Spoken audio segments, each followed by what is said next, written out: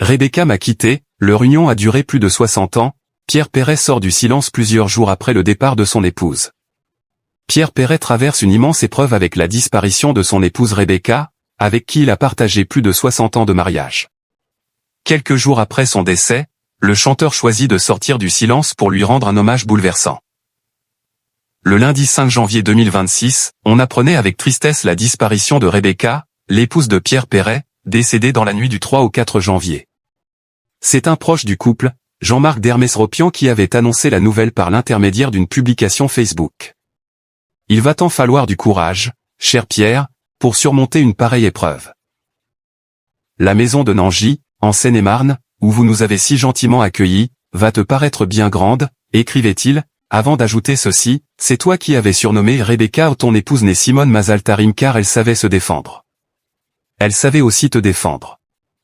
Elle était ton épouse mais également celle qui a géré d'une main de fer ta très longue carrière.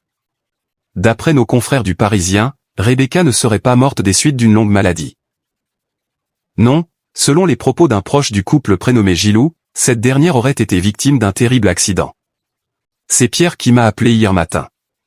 Rebecca n'était pas malade.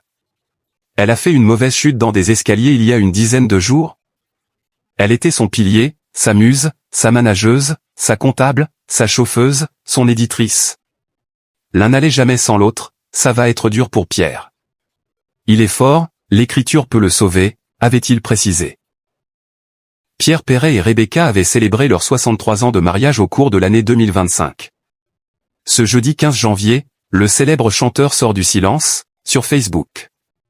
Nous t'aimerons toujours, les mots bouleversants de Pierre Perret pour rendre hommage à son épouse Rebecca. Mes loulous, mes amis. Mes loulous, mes amis, Rebecca m'a quitté. Rebecca nous a quittés.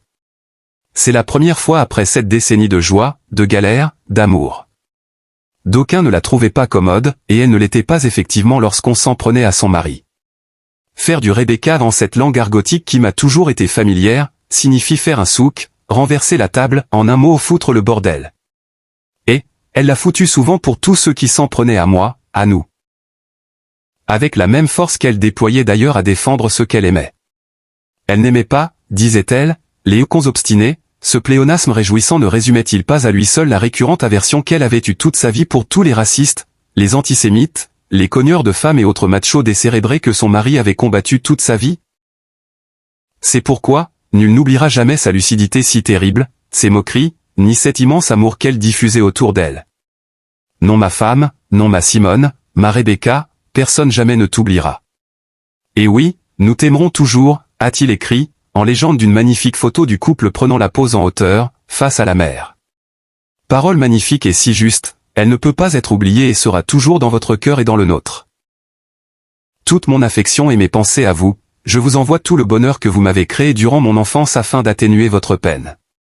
Affectueusement, je suis tellement ému de lire vos mots, Rebecca continuera à vivre en vous c'est certain, peut-on lire dans l'espace réservé aux commentaires. Nos pensées vont aux proches et à la famille de Pierre Perret et Rebecca.